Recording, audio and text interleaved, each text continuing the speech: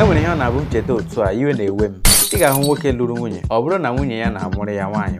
ma ọ bụkwa na nwunye ya amụtaghị chi efozie ọ sị na ya chịrị ego ịlụrụ nwunye ọzọ ebe o si ewute m na onye a na-ekwu okwu ya enweghị ka ọ dị ya enweghị ego o nwere mana ebe akpa ya aka n'ọnụ jụọ ya kedu ihe mere iji achọ ịlụ nwunye ọzọ ebe o si ewute m na oyibo ka ọ ga-eji saa gị ya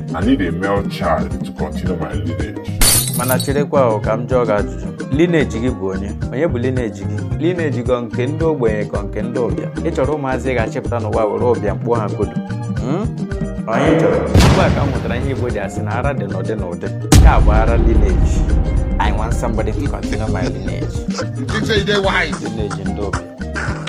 pụtawa n'ezi mama dị na-eju